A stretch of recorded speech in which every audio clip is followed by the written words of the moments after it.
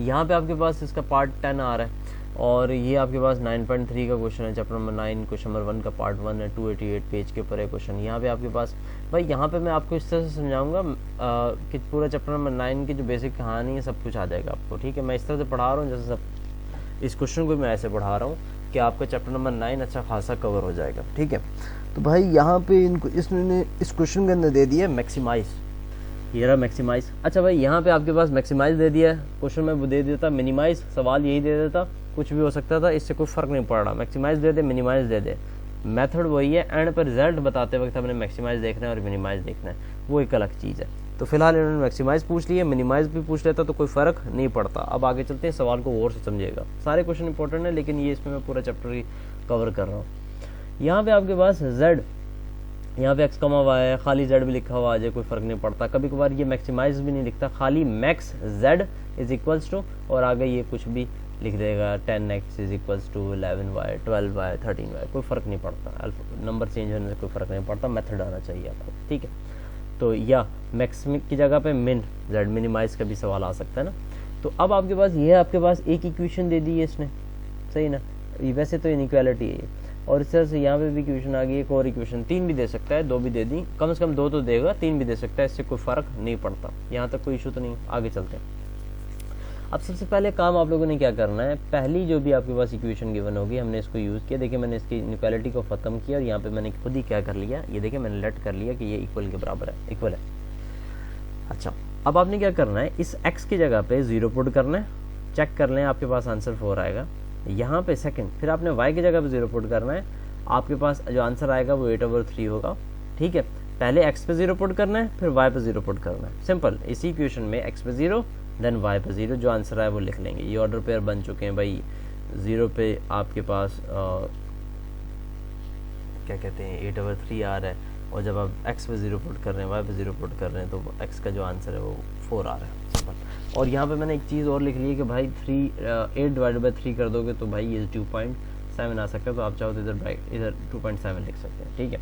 Second आपने equation पकड़नी है, उसकी भी इनइक्वालिटी को ख़त्म करना है, इक्वल लिख देना है। अब आगे चलते हैं भाई, जब आप x की जगह पे यहाँ पे इस इक्वेशन में x की जगह पे यहाँ पे जब 0 पुट करेंगे, हमेशा 0 ही पुट करना है, क्वेश्चन सॉल्व करने का तरीका यही है। 2 इक्वेशन हो, x की जगह पे 0 y की जगह पे 0, 3 इक्वेशन हो तब भी x की जगह पे 0 y की जगह पे 0, दूसरी इक्वेशन पकड़ी तो वहाँ पे भी x की जगह पे y की जगह पे 0 पुट करना है, तीसरी इक्वेशन भी होगी तो उसको भी x की जगह पे और y की जगह पे 0, x की जगह पे 0, आपके पास आंसर आ रहा है y का 10/3, ये तो है 3.3 के बराबर।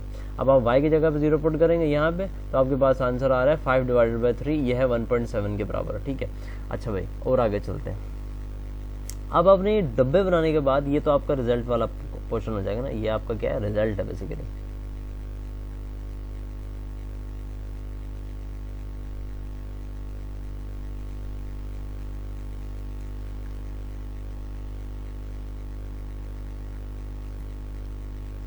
ये जो आपके पास डब्बा बन रहा है ये रिजल्ट का डब्बा है, ठीक है।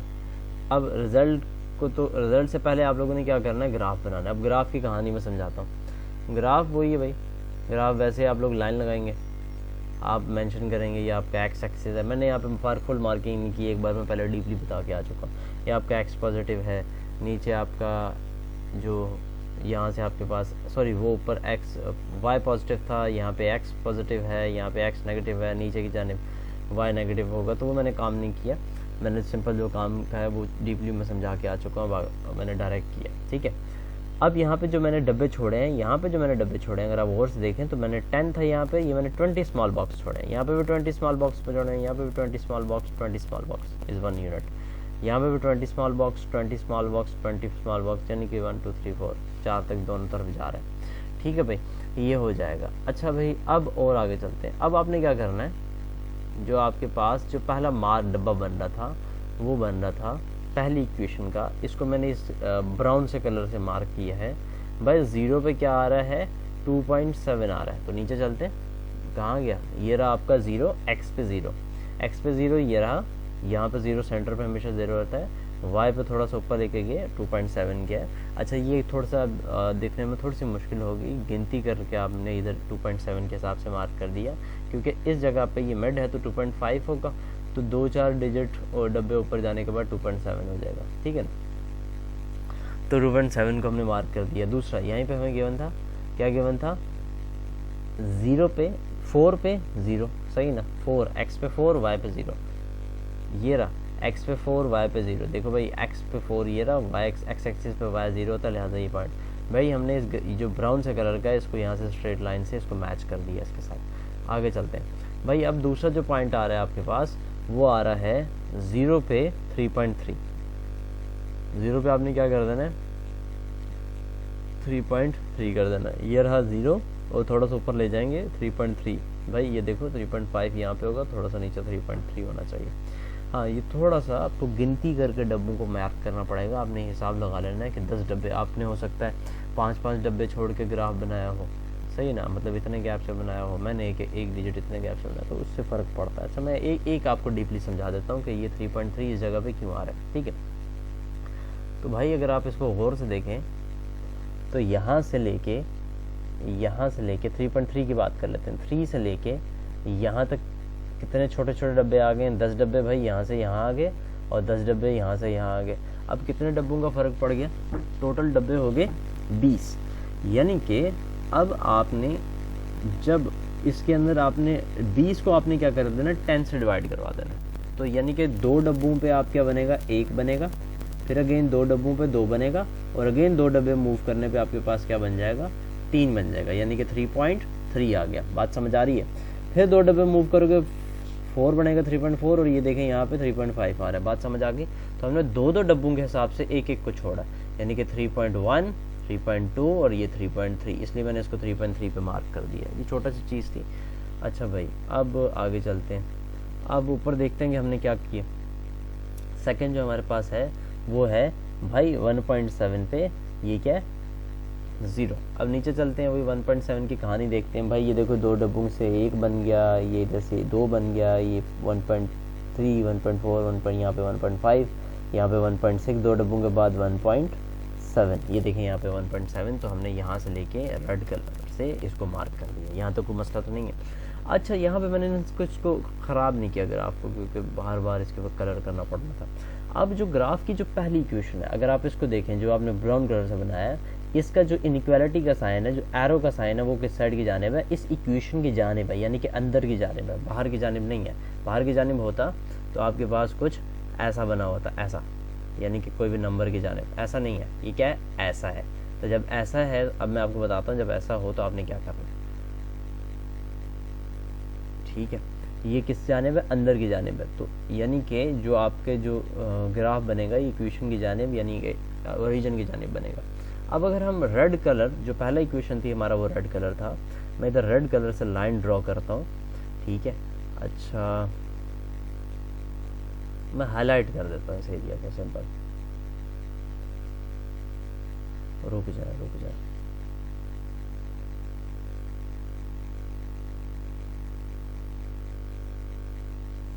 हाईलाइट ठीक रहेगा रेड कलर से, और थोड़ी सी इसकी थिकनेस कम कर देता हूँ। मैं इस एरिया को क्या कर रहा हूँ, हाईलाइट करने जा रहा हूँ। ये देखें, मैंने इसको रेड कलर से हाईलाइट कर दिया, इस एरिया को जिसमें रेड कलर मूव कर रहा है, ठीक है। और ये इसी तरह से ये इस एरिया के अंदर आ गया, इसने रेड कलर को, ये इसको हाईलाइट कर रहा है जिसके अंदर, जिस हिस्से में रेड कलर आ रहा है, ठीक है।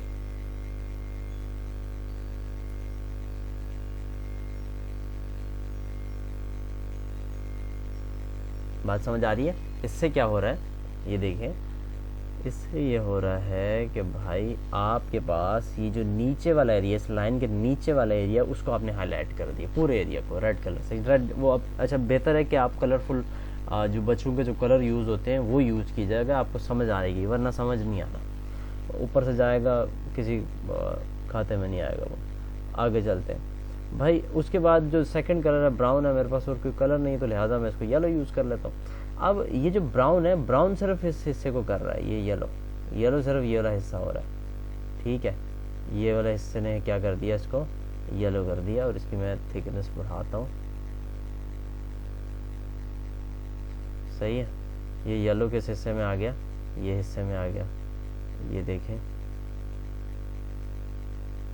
ये, और ये इस तरह से इस लाइन के नीचे नीचे भी रहेगा, यहाँ पे इस हिस्से को भी येलो करेगा, ब्राउन कलर जो है ना, वो ब्राउन है, मेरे पास ब्राउन नहीं था तो मैंने इसको येलो से यूज़ कर लिया। अब इस हिस्से को भी ये क्या कर रहा है, येलो कर रहा है, ऐसा ही है। अब आप देखें कि किस हिस्से में रेड और येलो दोनों मौजूद है, किस हिस्से में मौजूद है। अगर आप गौर से देखें तो भैया आपके पास ये देखें, इसके नीचे येलो रेड मौजूद है, इस लाइन के नीचे येलो रेड मौजूद है। ये इस बाउंड्री जिसके पर मैं पेंसिल फेर रहा हूँ, ये देखें येलो रेड इसके अंदर अंदर मौजूद है, ऐसा ही ना। बाहर वैसे रेड यहाँ पे भी जा रहा है, ये देख लें, रेड जो है ये बाहर जा रहा है, ये देख लो, इस एरिया में भी रेड है, लेकिन हम इधर रेड को मार्क नहीं कर रहे क्योंकि इस एरिया में सिर्फ येलो है, इस एरिया में सिर्फ रेड है। अब इस पॉइंट को मार्क कर लेंगे, यहाँ इससे अंदर रेड है, और इस पॉइंट को मार्क कर लेंगे, इसके अंदर रेड और येलो दोनों हैं, और इसको मार्क कर लेंगे, इसके अंदर भी रेड और येलो दोनों है। ठीक है, नहीं बात समझ आ गई। जिस एरिया के अंदर हमारे दोनों कलर्स आ रहे हों, यानी कि दोनों इक्वेशंस का जो शेडेड रीजन है वो आ रहा हो, वो हमारे पास कहलाएगा फिजिबल रीजन। यही हमारा रिक्वायर्ड रीजन है। इस ये जो हमारे पास येलो और रेड जिस एरिया के अंदर आ रहा है, सॉरी येलो और रेड, हाँ, ये हमारे पास फिजिबल रीजन कहलाता है। एमसीक्यूज के लिए याद रखिएगा। ठीक है, आगे चलते हैं। अब हम लोगों ने करना क्या है, अब हम लोगों ने ये करना है कि हमारे पास इसके जो फिजिबल रीजन के जो पॉइंट्स हैं वो आ जाएंगे। यहाँ से मेरे पास क्या है, ये वाला पॉइंट हमें याद है बेटा, यहाँ पे 0 था, 0 पे 2,7। दूसरा भाई ये जो पॉइंट है ये अप्रोक्सीमेट बन तो यहाँ पे रहा है, मेन इक्वेशन थोड़ा सा नीचे बन रहा है और इधर से भी थोड़ा सा पीछे बन रहा है। एक्स एक्सिस के हिसाब से तो ये बन रहा है इस जगह पे, लेकिन चूंकि कोई फ़र्क पड़ नहीं रहा, छोटे एक डब्बे का फ़र्क है, तो मैं इसको 0.5 ले रहा हूँ एक्स एक्सिस के हिसाब से। और इस तरह से वाई एक्सिस की बात करें तो हाँ भाई ये एग्जैक्ट इस वक्त 2.4 पे, क्योंकि इस लाइन पे 2.5 हो जाता है, 2 डब्बे नीचे तो 2.4 पे, सही ना। ये जो 0.5 है ये मैंने अप्रोक्सीमेट लिया है, क्यों, यहाँ पे सिर्फ एक डब्बे का फर्क पड़ रहा है, छोटे डब्बे का, बिल्कुल स्मॉल बॉक्स है, तो वो माइनर सा डब्बा है, इसलिए लिहाजा मैं इसको अप्रोक्सीमेट 0.7 ले रहा हूँ। ठीक है, और इसको मैं 0.4 ले रहा हूँ, ये तो 0.4 साफ दिख रहा है। और ये वाला जो पॉइंट था, ये वाला पॉइंट यहाँ पे जिसको अगर टच कर रही है, ये था 1.7, किस पे, 1.7,0। ये हमने, मैं अब आपको दिखा भी देता हूँ। ये एक ये पढ़ रहा है 1.7,0, दूसरा ये पढ़ रहा है 0.38, और उसके बाद दूसरा जो एक और पॉइंट पढ़ रहा है वो क्या पढ़ रहा है 0.5,7। हम लोग ये क्या करेंगे, हमारे पास जो इस फिजिबल रीजन के भाई जो कॉर्नर पॉइंट्स हैं वो मैंने सारे लिख लिए, पहला, दूसरा, तीसरा, दिखा भी देता हूँ दोबारा से। पहला क्या आ रहा है, ये देखें, ये वाला पॉइंट था 2.70, 2.7 वाला, ये रहा। दूसरा पॉइंट क्या था, ये वाला 0.5, 2.4, ये रहा 0.5, 2.4, और इसी तरह से बेटा ये लास्ट पॉइंट था ये वाला 1.7 और 0। अब हमने क्या करना है, इस x की जगह पे ये 0 और इस y की जगह पे ये वाला पॉइंट पुट कर देना है। 2.7 पुट करोगे, सॉल्व करोगे, रिजल्ट ये आ जाएगा। ये तो x तो 0 हो गया, सिर्फ 11 को 2.7 से मल्टीप्लाई करवाओगे 29.7 आ जाएगा। यहाँ पे x की जगह पे यहाँ पे पुट कर देंगे 0.5 और y की जगह पे क्या कर देंगे 2.4, इन दोनों को सॉल्व करेंगे, रिजल्ट ये आ रहा है 1.7। 10 के साथ मल्टीप्लाई होगा, ये तो 0 इसको गायब हो जाएगा, तो बेटे ये आपके पास क्या आ रहा है 17 आ जाएगा। ठीक है ना। अब अगर आप इसके अंदर गौर से देखें तो आपके पास जो इसका, क्योंकि मैक्सिमम का क्वेश्चन था, मैक्सिमाइज का क्वेश्चन था, ये देख लें, सवाल पढ़ लो, क्या किसका क्वेश्चन था, मैक्सिमाइज का क्वेश्चन था, लिहाजा इसमें से इनमें से सबसे बड़ा सा पॉइंट कौन सा आ रहा है, सही है ना। सबसे बड़ा जो वैल्यू आ रही है वो है 31.4, तो हमने इधर लिख दिया है कि मैक्सिमम क्या आ रहा है इसका आपके पास 31.4, और यही आपके पास इसका फाइनल सोल्यूशन होगा कि मैक्सिमम पॉइंट का। अच्छा, यही चीज़ आपके पास मिनिमम के लिए पूछ ली जाती, तो मिनिमम में आपने क्या मेंशन कर देना था, भाई सबसे छोटा क्या है 17, मतलब यही सवाल आता, यहाँ पे पूछ लेता मिनिमाइज, सेम यही सवाल, तो आपने यहाँ पे लिख देना था मिनिमम पॉइंट, और ये आपका मिनिमम पॉइंट क्या हो जाता 17। हमारा जो मैक्सिमम पॉइंट क्या निकलता है, ये हमारे पास 31.4। अच्छा, ये क्या है, ऑप्टिमल सोल्यूशन है हमारे पास। ठीक है, ऑप्टिमल सोल्यूशन ऑलरेडी ये एमसीक्यूज के अंदर भी डिस्कस किया है कि जब हम लोग कंस्ट्रेंट को सॉल्व करें, अच्छा इसको हम लोग कंस्ट्रेंट कहते हैं, इसको सॉल्व करते हैं तो वो लीनियर प्रोग्रामिंग में जो आपके पास रिजल्ट निकल के आता है उसे हम ऑप्टिमल सोल्यूशन कहते हैं। ये 31.4 हमारा ऑप्टिमल सोल्यूशन है। आगे चलते हैं। ठीक है भाई, इसका हमने ग्राफ बना दिया। अब आपके पास इस सवाल में यहाँ पे भाई ये इधर आपके पास, ये आपके पास क्वेश्चन था, ठीक है, इसको बोला क्या जा रहा है, इसको इस फॉर्मेट में लिखिए। देन यहाँ पे और फाई और psi are in first quadrant में होना चाहिए। अच्छा भाई यहाँ पे हम लोग क्या करेंगे, हमारे पास जो इक्वेशन बन रही है वो पहली इक्वेशन जो भी क्वेश्चन मुझे गिवन है मैंने लिख लिया।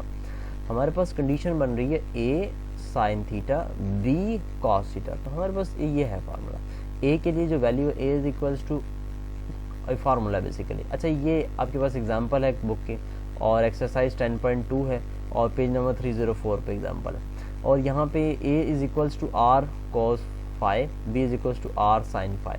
भाई इस केस में a क्या है 4 है, b क्या है 3 है, हमने लिख लिया question number 1 and 2।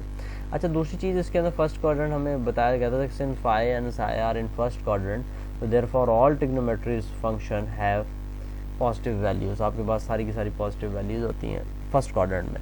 Second quadrant में आपके पास साइन और कॉसेक पॉजिटिव होता है। थर्ड क्वाड्रेंट में आपके पास टेंजेंट और कॉट पॉजिटिव होता है। और लास्ट यानी कि फोर्थ क्वाड्रेंट में आपके पास कॉज और सेक पॉजिटिव होता है। ठीक है, हम लोग क्या करेंगे, इस पे भी स्क्वायरिंग बोथ साइड कर देंगे इक्वेशन नंबर 1 पे भी, इस पे भी स्क्वायरिंग बोथ साइड कर देंगे इक्वेशन नंबर 2 पे भी, और देन ऐड, इन दोनों को क्या कर देंगे ऐड कर देंगे। यानी पे इसका स्क्वायर कर लो, प्लस का साइन डालो और इसको ऐड प्लस का स्क्वायर कर दो, ये लिखा हुआ है। इसके ऊपर होल स्क्वायर डालो, ये कर दिया, फिर प्लस का साइन और इसके ऊपर होल स्क्वायर कर दिया।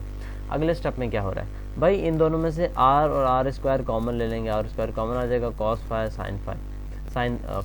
भाई हमारे पास फार्मूला है sine square theta cos square theta is equals to 1। यहाँ पे थीटा की जगह पे फाई आ गया, कोई फर्क नहीं पड़ता, अल्फा बीटा गामा कुछ भी आ सकता है। तो यहाँ पे क्या आ जाएगा, ब्रैकेट में 1 आ जाएगा, ये वाली वैल्यू आ गई। रूट बोथ साइड ले लेंगे भाई, रूट बोथ साइड करने के बाद पॉजिटिव नेगेटिव का साइन आ जाएगा, उसके बाद 25 का रूट 5 होता है। तो हम लोग टेकिंग पॉजिटिव वैल्यू, हम लोग पॉजिटिव वैल्यू R5 ले लेंगे। ठीक है, तो भाई putting R5 in equation number 1 and 2, भाई यहाँ पे और यहाँ पे पुट कर देंगे। तो हमने अगले पेज पे पुट कर दिए भाई, आर की जगह पे यहाँ पे 5 आ गया, यहाँ पे 5 आ गया। यहाँ से कॉस को सेपरेट कर लिया और यहाँ से हम लोग क्या कर देंगे, कॉस को अगेन सेपरेट कर लेंगे। ठीक है, साइन को सेपरेट कर लेंगे, कॉस भी आ गया साइन भी आ गया।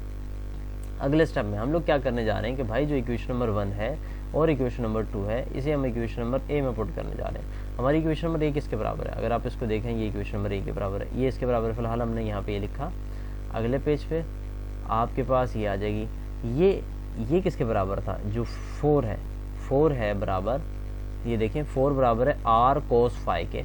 तो मैं यहाँ पे ये देखें मैंने लिखा आर कोस फाई और ये वाला साइन थीटा आ गया। फिर ये प्लस का साइन, अब 3 किसके बराबर है, ये देखो 3 है आर साइन फाई के। देखें भाई मैंने क्या लिख दिया, आर साइन फाई, और यहाँ पे मैंने क्या लिख दिया, कॉस लिख दिया। अच्छा भाई यहाँ से इधर से भी आर इधर से भी आर हम लोग कॉमन ले लेंगे। अब हमारे पास जो फॉर्मेट बन रहा है भाई, मैं साइन को पीछे कॉस को आगे लिख रहा हूँ, यहाँ पे भी कॉस के पीछे साइन को आगे लिख रहा हूँ। मल्टीप्लाई से कोई आगे पीछे लिखने से कोई फर्क नहीं पड़ता। 3 मल्टीप्लाई बाय 2 क्या आ रहा है, 6 आंसर आएगा। 2 मल्टीप्लाई बाय 3 तब भी आंसर 6 आ रहा है, कोई फर्क नहीं पड़ रहा मल्टीप्लीकेशन से। तो हमारे पास एक फॉर्मूला है sine alpha cos beta plus cos alpha sign beta. तो इस केस में अल्फा क्या है, वो आपके पास थीटा है, और आपके पास जो बीटा है वो क्या है, फाई है। तो यहाँ पे हमने फार्मूला अप्लाई कर दिया, cos alpha sign beta, sine alpha cos beta plus cos alpha sign beta, sine alpha plus beta का फॉर्मेट बन रहा है। हम लोग यहाँ पे अप्लाई कर देंगे। इस केस में जो आर है, बट यहाँ पे इन्होंने आर मांगा नहीं, इन्होंने आर के फॉर्मेट में मांगा था, आर की वैल्यू नहीं लिखनी। ये देख लो, इन्होंने कहा था कि आर प्लस साइन के फॉर्मेट में लिखो, लिहाजा मैंने लिख दिया, हमें आर की वैल्यू मिल गई थी। आप ना लिखना चाहें, यहाँ पे खाली आर लिख लें, इससे कोई फ़र्क नहीं पड़ता, ये आ जाएगा। फिर यहाँ पे हम बताओगे कि वेयर फाई कॉस फाई की जो आपने वैल्यू निकाली थी 4/5 है, और इस तरह से साइन फाई की जो आपने वैल्यू निकाली थी वो ये निकाली थी। सिंपल सा क्वेश्चन है। ठीक है, अगले क्वेश्चन पे चलते हैं। अब आपके पास एरिया ऑफ अ ट्राइंगल दिया जा रहा है, ये आपके पास area of a triangle delta से शो किया जाता है 3.346। ठीक है ना, आपके पास इसी तरह से यहाँ पे बीटा गिवन है, आपके पास गामा गिवन है। बोल क्या रहा है, फाइंड ए, जो आपके पास ए है साइड ए हो जाएगी वो निकालनी है, और इसी तरह से एंगल अल्फा निकालना है। तो हम लोग ट्राइंगल में, ये हमारे पास एरिया ऑफ ट्राइंगल का फार्मूला बेटा, ये इसकी यूनिट स्क्वायर यूनिट हम लोगों ने लिख लिया। और आगे चलते हैं, आपके पास बीटा गिवन था, गामा गिवन था, साइड ए चाहिए और एंगल आपका। तो एंगल तो बेटा हमें आपको याद होना चाहिए कि alpha plus beta plus gamma सारे एंगल ट्राइंगल के, ये 9th क्लास के अंदर एक थ्योरम भी है, 9th क्लास में थ्योरम है। वहाँ पे वो क्या कहते हैं कि आप लोगों ने क्या करना है, तीनों थ्योरम के ट्राइंगल को अगर आप ऐड करें उनका सम तो 180 के बराबर है। तो वो प्रूफ किया हुआ है, वहाँ पे जाके देख लें आप लोग। Alpha plus beta plus gamma is equals to 180। हमें अल्फ़ा चाहिए, बीटा की वैल्यू भी है, सेट शिफ्ट कर देंगे, गामा भी इक्वल के सेट शिफ्ट कर देंगे। अब जब हमने इधर इक्वल के सेट शिफ्ट कर दिया है तो भाई यहाँ पे बीटा की जो वैल्यू है वो है 20.9 और इस तरह से गामा की जो वैल्यू है यहाँ पे 17.2। कैलकुलेटर में सारी वैल्यूज पुट कीजिए, इक्वल का बटन दबाइए, आपके पास 41.9 आ जाएगा। ये आपके पास फार्मूला। उसके बाद हमारे पास ये फार्मूला है, इसके अंदर हर वो साइड चेंज, हर 3 साइड्स का फार्मूला। यहाँ पे बीटा आ जाएगा और इनकी पोजीशन आगे पीछे हो जाएगी, या सॉरी बीटा से मुराद बी आ जाएगा और इनकी पोजीशन आगे पीछे हो जाएगी। यहाँ पे सी आ जाएगा, इनकी पोजीशन आगे पीछे हो जाएगी। डेल्टा का फार्मूला एरिया फॉर ट्राइंगल का ये चैप्टर। अच्छा, ये क्वेश्चन जो है वो 11.3 का क्वेश्चन है, क्वेश्चन नंबर 2 है, पेज नंबर 329 के ऊपर है। ठीक है, ये आपके पास यहाँ पे हम लोगों ने सारी वैल्यूज पुट कर देनी है। बेटा ये वाला जो 2 है इधर चला जाएगा डेल्टा के पास, साइन नीचे आ जाएगा, बीटा नीचे, साइन अल्फा नीचे आ जाएगा, साइन बीटा नीचे आ जाएगा, साइन गामा ऊपर, अल्फा ऊपर चला जाएगा, गामा और बीटा नीचे आ जाएगा, साइन गामा अल्फा। बेटा यहाँ पे 2 डेल्टा की वैल्यू हमें गिवन थी, साइन अल्फा, अल्फा की वैल्यू हमने निकाल ली है, गामा की वैल्यू निकाल ली है, बीटा की वैल्यू निकाल ली है। भाई इन सब को अगर आप कैलकुलेटर में डालें, एक ही बार कैलकुलेटर में सॉल्व करें, साइंटिफिक कैलकुलेटर आपके पास होना चाहिए, तो आपके पास आ जाएगा 14.0103। ठीक है, अगर आप इसका डायरेक्ट, मैंने क्या किया कि इसका इस पूरे का डायरेक्ट इसको सॉल्व किया, साइन की वैल्यू निकाली, इसकी वैल्यू निकाली, इसकी भी वैल्यू निकाली और इसका एक ही बार रूट बोथ साइड ले लिया जगह कम थी। रूट बोर्ड से यहाँ से रूट खत्म होगा, आपके पास ए की वैल्यू आ जाएगी। ये बेसिकली लेंथ है, ए जो है वो साइड की लेंथ है, तो लेंथ आपके पास रूट के साथ पॉजिटिव नेगेटिव मैंने इसलिए नहीं लगाया क्योंकि लेंथ हमेशा पॉजिटिव होती है, लिहाजा मैंने नेगेटिव का साइन नहीं लगाया, पॉजिटिव साइन मौजूद है, दिख नहीं रहा। तो लिहाजा जो इसका आंसर निकला है वो 3.755 यूनिट निकला है। ठीक है।